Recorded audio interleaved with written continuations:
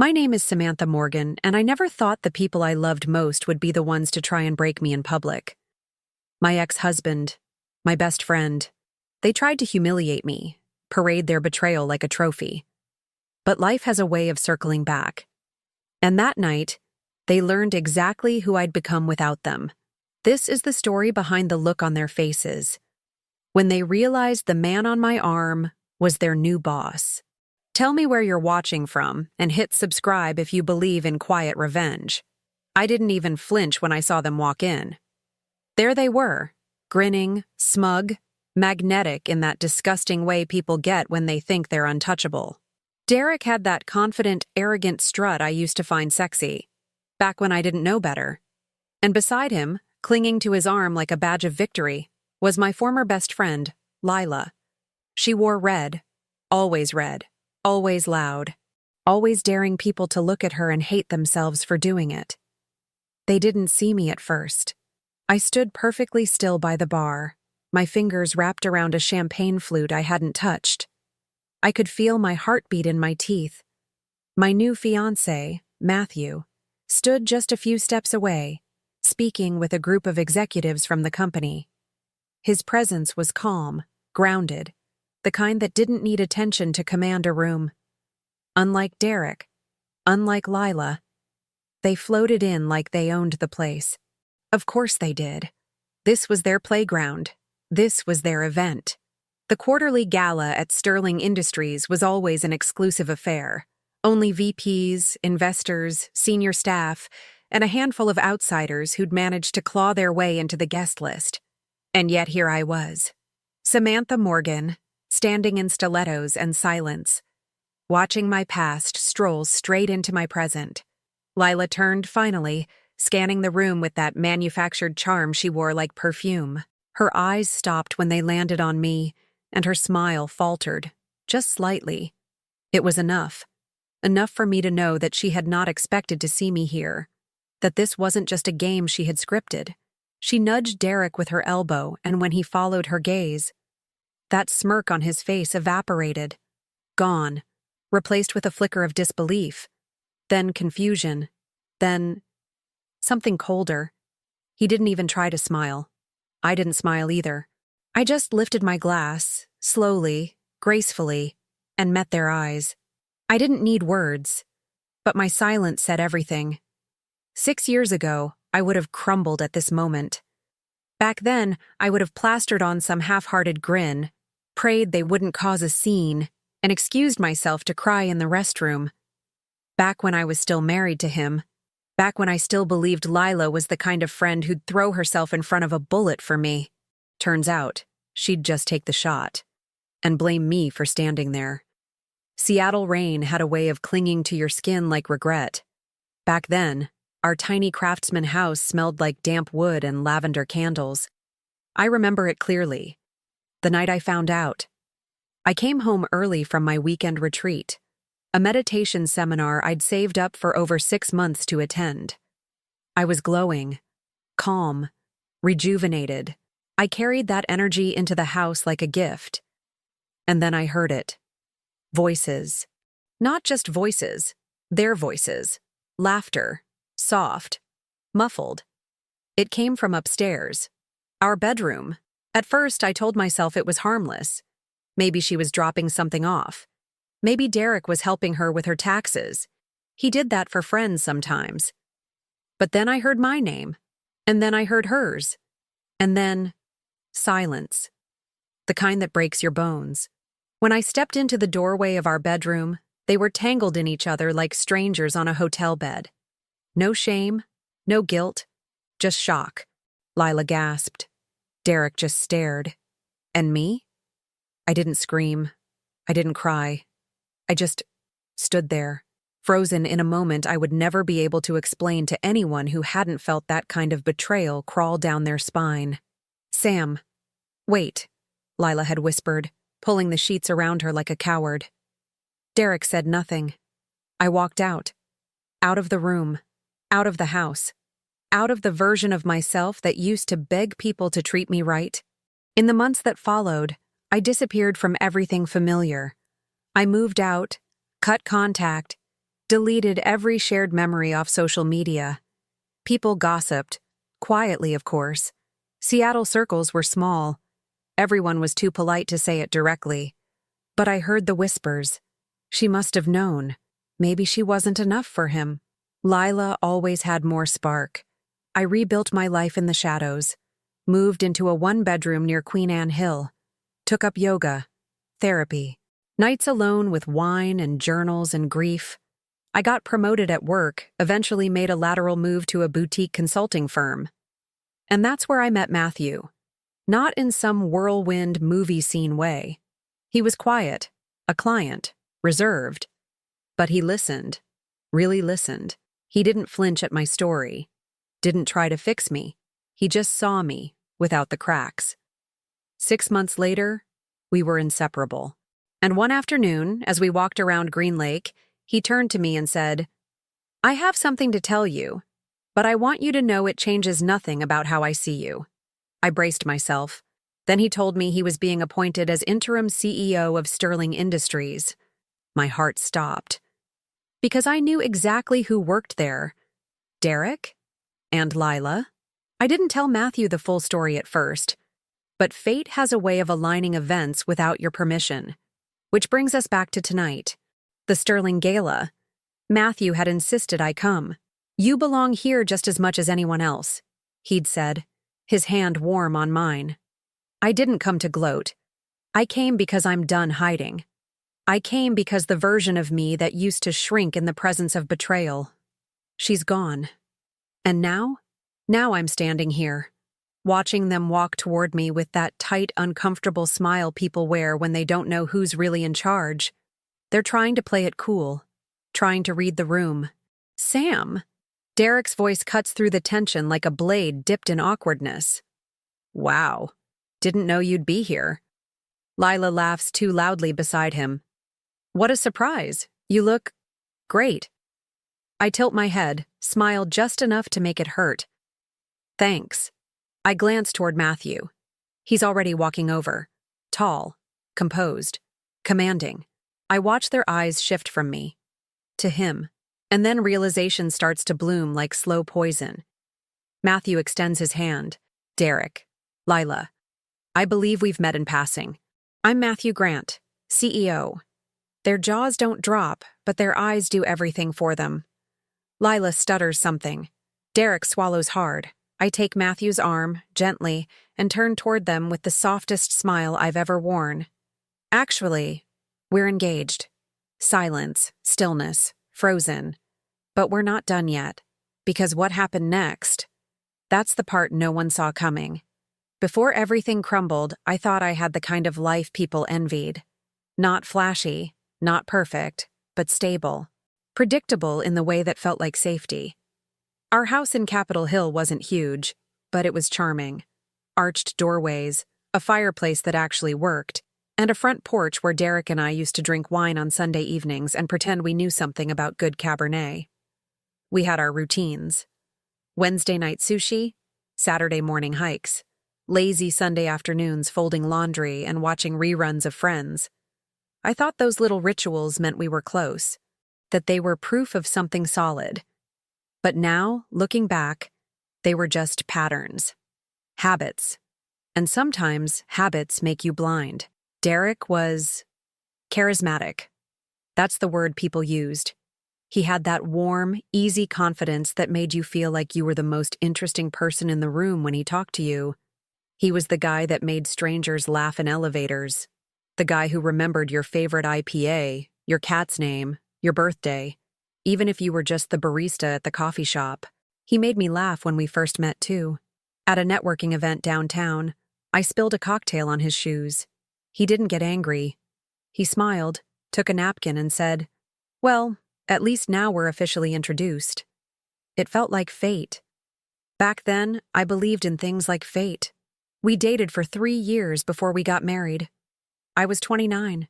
He was 31. And Lila, she was my maid of honor.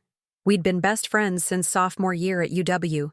She had this fire in her, a chaotic charm that could set a room alight or burn it down. Lila was magnetic, infuriating, and impossible not to love.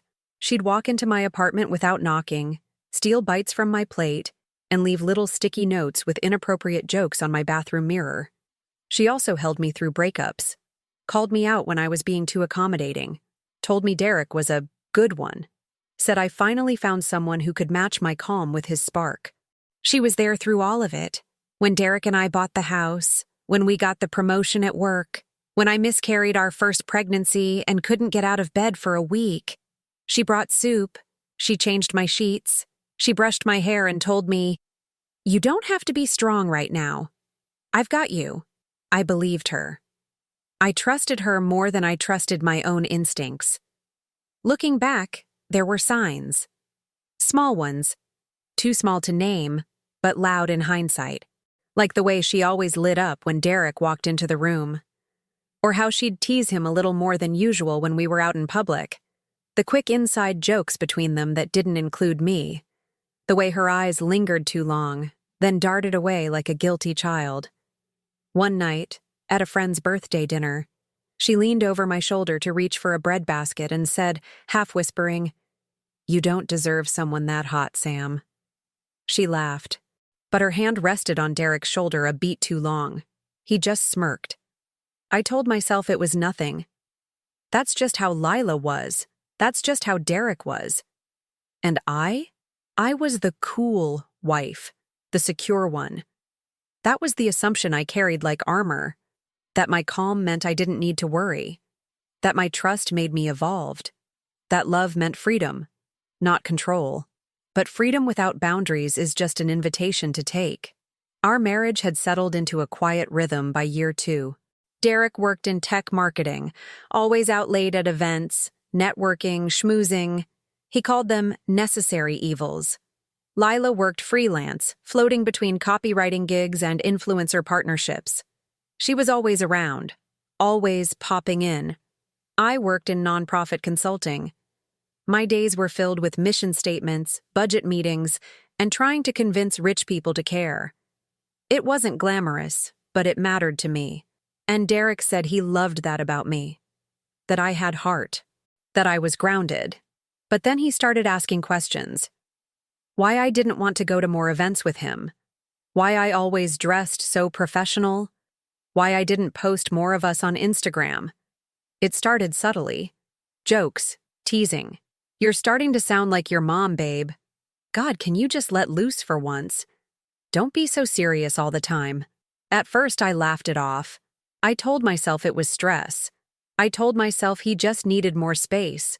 That if I gave him room, he'd come back on his own. Lila told me not to worry. "He adores you," she said. "Men just go through phases. You've got to keep things interesting." She winked like we were talking about a game, like I was just behind on the rules. I didn't realize the rules had already changed. One evening, I got home late from a client meeting and found them in our living room, Lila and Derek, sitting a little too close, laughing a little too hard. A half-finished bottle of wine on the table. Lila stood up quickly. Hey, just keeping your man entertained," she joked. I smiled, but something in me flinched.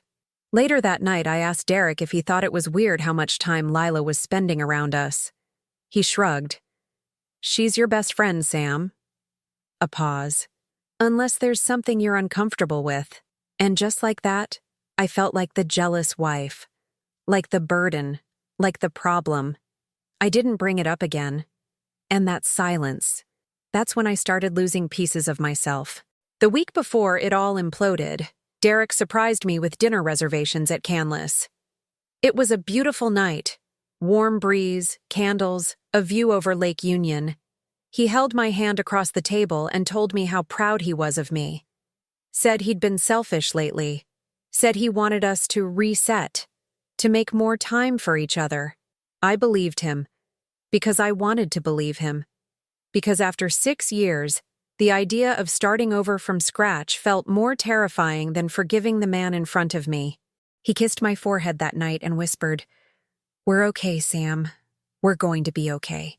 2 days later, he was in bed with my best friend. In the aftermath, I tried to find a reason, a flaw in me, a misstep, something I could blame. But there wasn't one. There was just a woman who trusted too deeply, and two people who mistook kindness for weakness. I remember sitting in our driveway the morning after I left, watching the sun hit the windshield, and realizing I had no idea who I was without them, without my marriage, without my friend, without that perfectly curated life. But sometimes, losing everything you thought made you whole is the only way you learn you were already complete. And they thought they'd won, thought they'd humiliated me, thought they could go on smiling in rooms I no longer entered. They had no idea. No idea what I would become. No idea what was already in motion. Because while they were celebrating their secret, the universe had already started writing my comeback. I always thought if something like this ever happened to me, I'd feel it. Some kind of intuitive whisper, a shadow passing through my gut. But the truth? It didn't hit me with a bang. It trickled in, drop by drop, like a slow leak from the ceiling that only reveals the damage after the floor gives out beneath you. It started with a text, a simple, careless mistake. I was packing for my weekend meditation retreat in Bainbridge, a quiet cabin near the water with no Wi-Fi and no cell service. My therapist had recommended it. Disconnect to reconnect, she'd said. I was hopeful.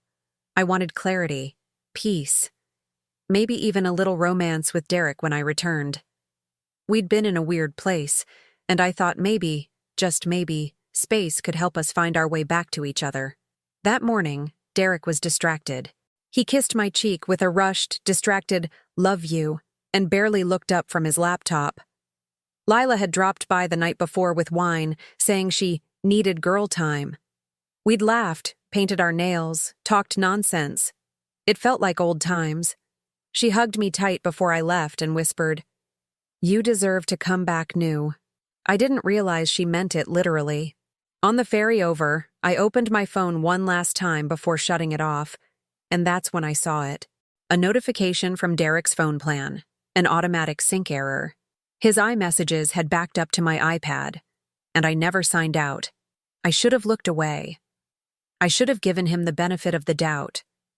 But something in me, maybe intuition finally showing up late, clicked. The first message I read wasn't even overt. It was her name, Lila. Heart emoji. Then, "Miss you already. Come by tonight?" I froze.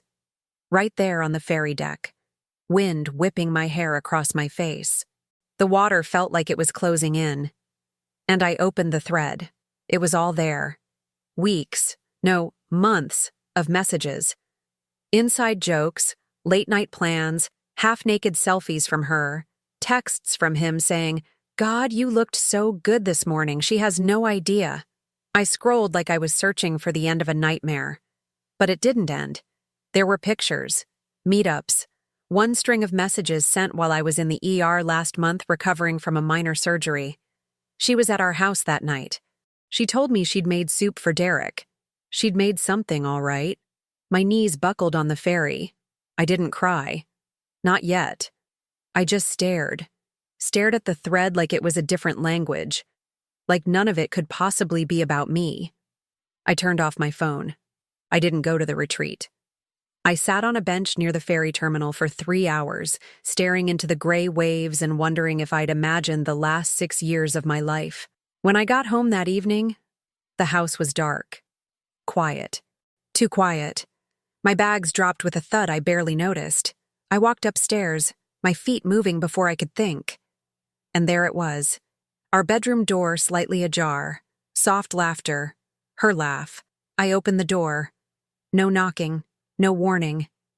They were in bed, half-dressed, tangled in each other, his laptop open beside them, a glass of wine on the nightstand. Her eyes widened first, then her hand shot to the sheet. "Sam." Wait. Derek just sat up. Like this was some kind of intervention. Like I was the one interrupting a therapy session. I stood in the doorway, holding nothing but my silence. The weight of everything hit me at once, but my voice was still trapped somewhere inside my lungs. "How long?" I finally said. Lila blinked. "It's not what. How long?" Derek sighed. It just happened, Sam. We didn't mean for... I laughed. Out loud. Sharp. Ugly. Didn't mean to? You didn't mean to fall into bed for months behind my back? In my house? Lila tried to reach for me. I stepped back. Don't, I snapped. Don't touch me. Don't even look at me like you still get to. She started to cry. Big, dramatic sobs like she was the one being betrayed. Derek stared at the floor. Coward. You're my best friend, Lila, I said, my voice cracking for the first time. You held my hand through everything. You looked me in the eye and lied. For what? For him? She couldn't answer. Neither could he. So I turned around, walked down the stairs, grabbed my keys, left the house, and I didn't stop driving until I hit the water again. The next few weeks were a blur. I moved into a sublet with a woman I found on Craigslist. I told work I needed 2 weeks off. They gave me 3. I didn't eat, didn't sleep. My body moved like it was dragging grief behind every limb. I stared at the ceiling at night. Imagined all the ways I could have stopped it, should have seen it, should have asked more questions. But the truth is, I did see it. I did feel it. I just didn't want to believe people I loved that deeply could hurt me that deliberately. And that contradiction? It broke me. I went from anger to shame in 5 seconds. From sobbing into my pillow to screaming into the mirror. Who was I? The woman who built a life so fragile it collapsed with one truth? The wife who lost her husband to her best friend? The woman too proud to beg? Too broken to fight? My hands shook when I brushed my teeth. My heart raced every time I heard their names. My voice cracked on the phone with my sister, trying to say I'm okay when I wasn't. One night, I found myself sitting on the shower floor, hot water pounding my back, fully clothed. I didn't even remember turning it on. I just needed to feel something. Anything that reminded me I still existed in this body. But even in the mess, there were slivers of clarity.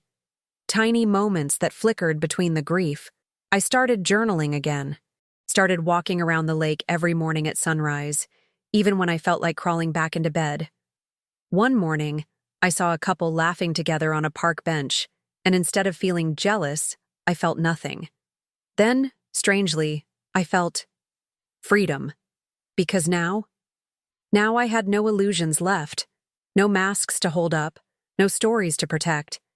The people I loved the most betrayed me in the most intimate way, and somehow, I was still breathing, still here, and something about that made me realize I hadn't lost everything. I'd only lost what was never real.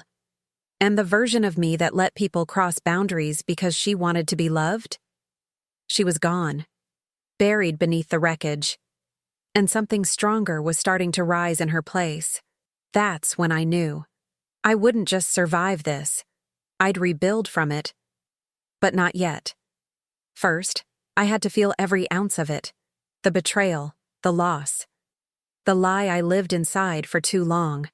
And once I had tasted all of it, grief, shame, rage, silence, then I'd turn it into something they never saw coming.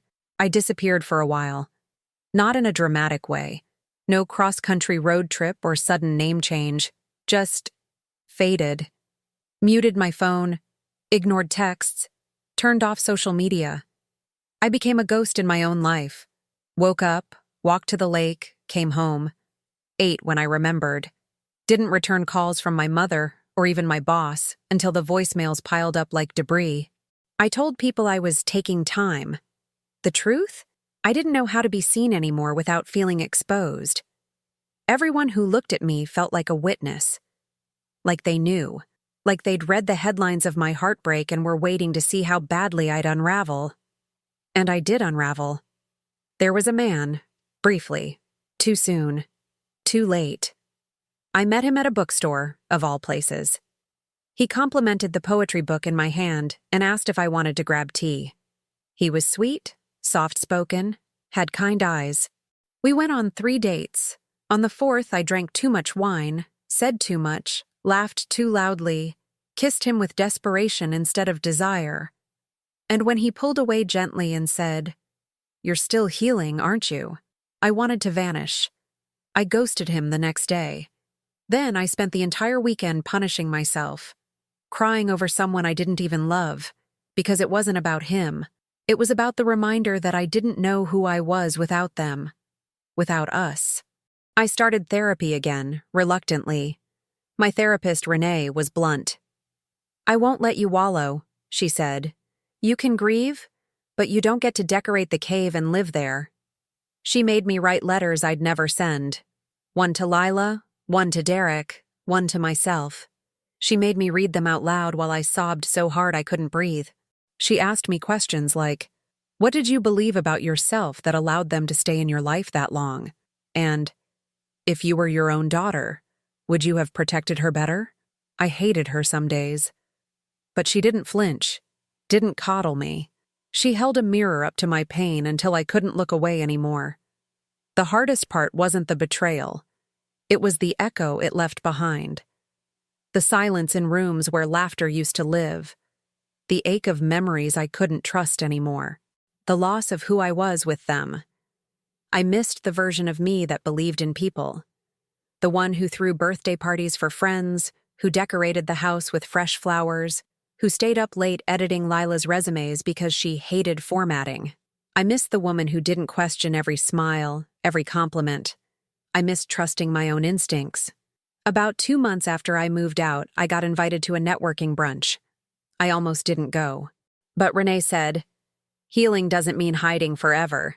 You have to live again, even if you limp. So I went. Put on a dress I hadn't worn since before the fall. Did my hair. Wore lipstick.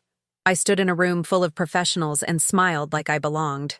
And that's where I met him. Matthew. He wasn't flashy, didn't try to charm the whole room. He was standing near the coffee station, reading something on his phone. I bumped into him accidentally. He said sorry, even though it was my fault. I said, that's okay, even though I wasn't sure anything really was. Then he smiled, and I felt still.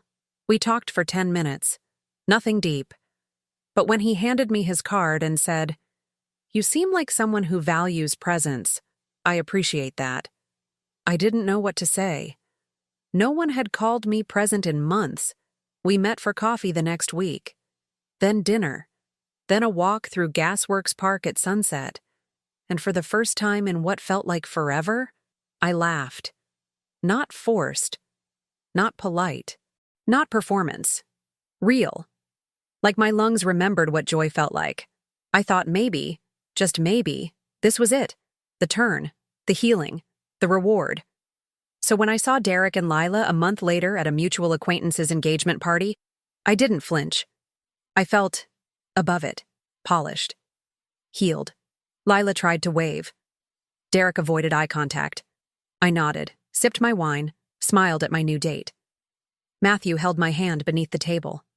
And I thought, I won. But healing isn't a straight line. It's a spiral. And the universe has a dark sense of humor. Because as I walked to the restroom, I overheard them talking. Derek and Lila. Just loud enough. Just intentional enough. And I paused in the hallway when I heard Lila's voice say, she's trying so hard to look happy. It's kind of cute. Then Derek laughed and added, I give it 3 months. She was always too cold for anyone to stick around. I didn't cry. Not then. I walked back to the table, sat down like nothing had happened. But inside, something cracked. Because that's when I realized they didn't just betray me. They enjoyed it. They rewrote the story to make me the villain, to justify what they did, to strip me of dignity. Again. And suddenly, I wasn't healed. I was humiliated. I was right back on that ferry. That night, I sat in my car for an hour before driving home. Matthew called. I didn't answer.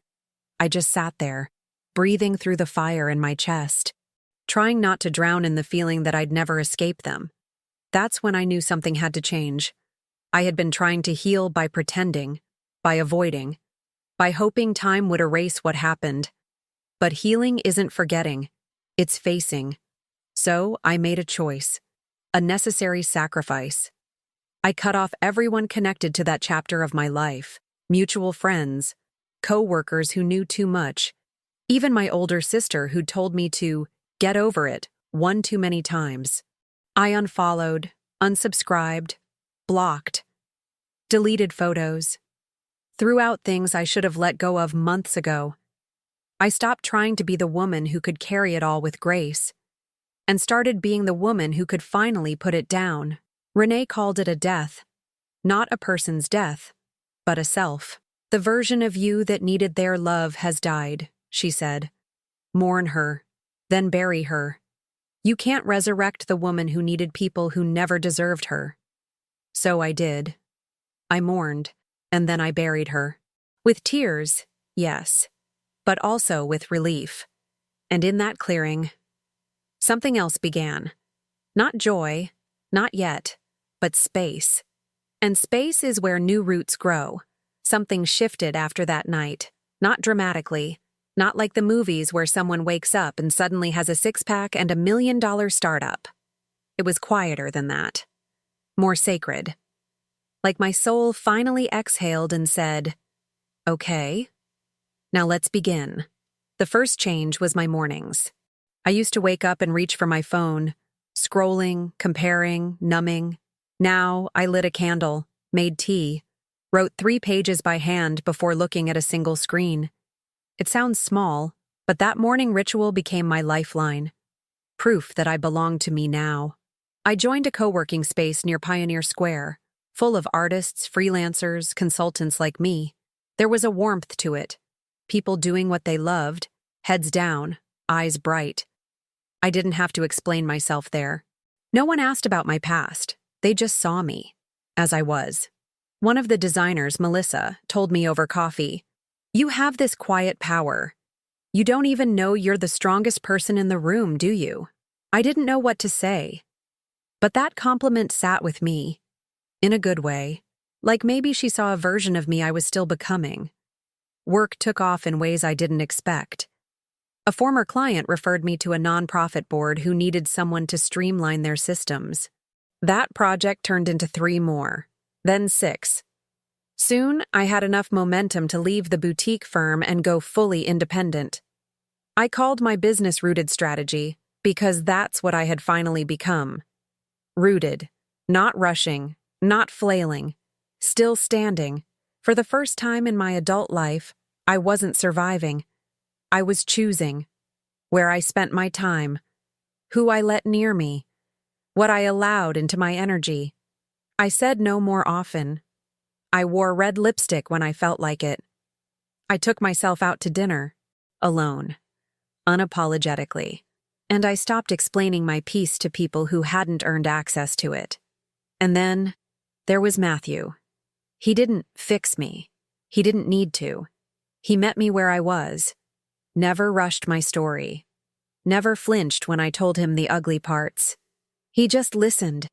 He brought over groceries when I had a deadline, left notes in my books, held my hand during a thunderstorm because I told him I used to feel safest with someone near when the sky cracked open. And he never made me feel like I was too much. He made me feel chosen. One night, I told him everything, the betrayal, the breakdown, even the moment in the shower when I thought I'd lost my mind. He didn't say, "I'm sorry that happened to you." He said, "Thank you for surviving." And then he said, "You never have to shrink yourself again just to be safe." And I knew I wouldn't. We moved slowly, deliberately. There were no fireworks, just steady warmth, like the sun that rises even after the worst storm. And eventually, love came. Real love. The kind that doesn't perform. The kind that doesn't leave you guessing. The kind that builds. Matthew wasn't a rebound. He was a reward. Not for being broken, but for choosing to heal. One evening, sitting on my balcony as the sun dipped behind the Seattle skyline, he reached into his jacket and pulled out a ring. Simple, elegant, timeless. He didn't ask, "Will you marry me?" He asked, "Will you let me build a life with you?" And I said yes, with my whole heart, without hesitation, because this time, I wasn't hoping for a happy ending. I was the happy ending. A few weeks later, we were invited to the Sterling Industries Gala. Matthew had just accepted a temporary executive position overseeing a merger. I didn't want to go at first. It felt like walking into the old world again, a place where ghosts might be wearing designer suits and pretending not to know my name. But I also knew this wasn't about them. This was about me. And I wasn't that woman anymore. Not the one who hid. Not the one who froze. So I said yes. I chose my dress carefully. Black velvet, off-shoulder, elegant, strong, quiet. Like the woman I'd become. No glitter, no armor, just presence. As we pulled up to the event, Matthew squeezed my hand. "You don't have to prove anything," he said. And I smiled. "Exactly. That's why I'm ready." We stepped into the ballroom, and immediately I felt it. A shift in the air, the past and present brushing shoulders, old stories trying to find their place in a new room. I saw a few familiar faces, tight smiles, double takes, and then I saw them. Lila and Derek, together, laughing, oblivious. But not for long, because what happened next, they never saw coming. The moment was quiet. Too quiet for a room that glittered with champagne and murmurs and the soft clinking of silverware. I saw them before they saw me. Derek in a tailored navy suit. Lila in red, of course. Always red. It was the color she wore when she needed attention to walk before her.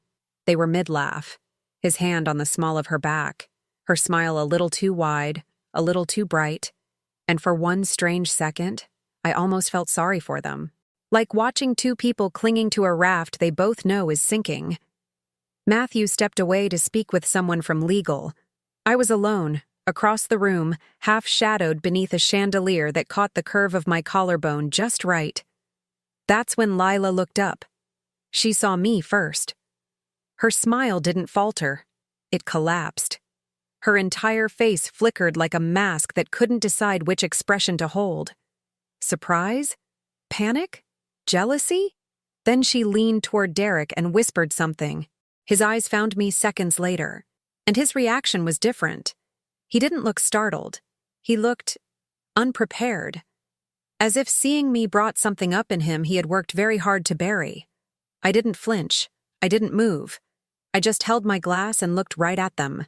They walked over slowly, like people approaching a cliff they didn't realize they'd already fallen from.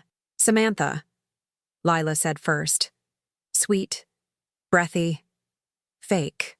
Her voice always curled at the edges when she was nervous. "I didn't know you were back in town." Back in town. As if I'd been banished. As if they hadn't walked over me to build their little kingdom. I raised one brow. I never left. Derek stood beside her, shoulders stiff. He nodded once. "Didn't expect to see you here." Then, looking around, "This crowd's not really your scene." It was meant to sting, to remind me of who I used to be, who I was with him. But I wasn't that woman anymore. And now, they knew it. Matthew returned to my side just then, silent, smooth, present. He slid his hand gently to my lower back. Derek watched that gesture like it hurt. Lila blinked too many times in a row. "This is Matthew Grant," I said softly. "And you're right, Derek. This isn't my usual scene." Then I turned to Matthew and smiled. "But I go where I'm celebrated now, not where I have to shrink." It landed. I didn't have to raise my voice. The weight of it hit without sound. Derek's mouth opened, then closed. He looked older somehow, like he suddenly saw himself from the outside, next to a woman trying too hard, facing the woman who no longer needed to try at all. "And Lila?" She smiled. Too tight. "Wow," she said, looking Matthew up and down. "You clean up well, Sam. Didn't expect this." She gestured vaguely toward my dress, the room, the man beside me. She was trying to make it about aesthetics, about image, about performance. I let her finish, then said, "Of course you didn't." Pause. People who choose scraps can't imagine the taste of a full meal. Silence. No gasp, no drama, just stillness. Derek looked away first. Lila's smile cracked. Matthew leaned down and whispered, "Need a break?" I shook my head gently. "No. I'm exactly where I'm meant to be." Then I turned to Lila and gave her one last look. Not angry, not bitter, just clear. "You could have had a sister for life," I said quietly. "But you settled for a role in his lie." That's when it landed. The real line. The one that broke them. Not because it was cruel, but because it was true. They saw it then. The life I'd built. The woman I'd become.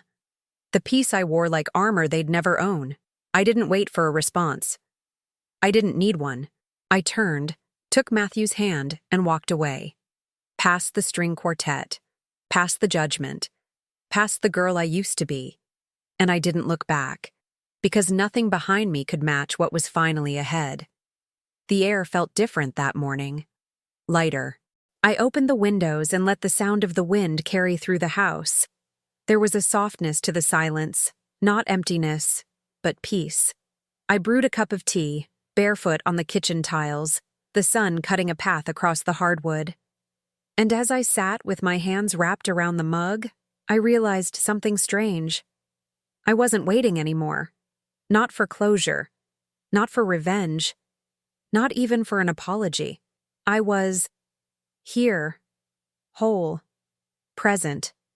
There's a box tucked in the back of my closet. Inside are things I once thought I'd never let go of. A necklace Derek gave me on our first anniversary. A silly Polaroid of Lila and me in Paris. Receipts from restaurants that meant everything back then. For months, I told myself I'd burn it all.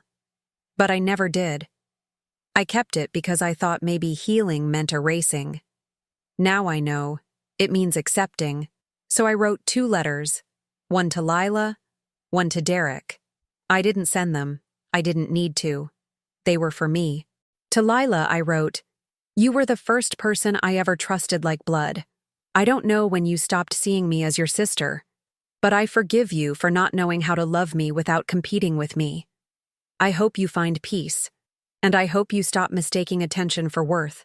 To Derek, I wrote, "You never broke me. You broke the illusion. And for that, I'm grateful. I became someone better because you showed me everything I never want to be. I hope the next woman you love doesn't have to unlearn you." I folded the letters, tied them with twine, and placed them back into the box. Not to forget, but to remember how far I'd come. One evening, Matthew and I took a walk through Discovery Park. The sun was sinking low, painting the cliffs in gold. I leaned into him, my head against his shoulder, and said, "I used to come here alone." He smiled. "Do you want to be alone now?" I shook my head. "Not anymore. But I like that I don't need to be with someone to feel safe." He didn't say anything. He just squeezed my hand a little tighter. That's the thing about real love. It doesn't speak over you. It sits with you, quietly, until you're ready to move again. Some nights I still wake up remembering the old life, the laughter, the house, the woman who thought love meant loyalty at all costs.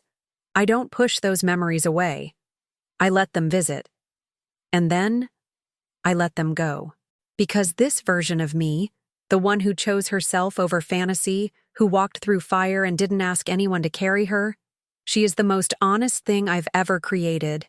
I never saw Lila or Derek again after that night. They faded, as people do when you stop feeding them your energy. I don't know if they stayed together. I don't care. I do know this. When people lose someone who was willing to fight for them, and they chose betrayal instead, they never win in the long run. Because the real consequence isn't being left behind. It's being forgotten. Today, I run a business I built from nothing. I speak at conferences now, about boundaries, about rebuilding, about what it means to reclaim your story. Women line up to tell me their own stories, and I look them in the eyes and say, "You're not broken. You're just becoming. I'm getting married next spring. It'll be small. Not a performance. Just a promise. We'll say our vows on the edge of the lake at dusk. No matching napkins, no curated Instagram shots. Just love. Quiet, grounded, and real. I think the hardest thing about surviving betrayal is not what it takes to get through it. It's what it takes to believe you still deserve joy on the other side. But I do, and I found it. Not in spite of what happened, but because of it. That version of me, the woman who walked away without slamming the door, she earned this life, this peace, this stillness. And she would do it all over again, just to arrive here. If you enjoyed this story, please like this video and subscribe to the channel to never miss a thing. Thank you for watching.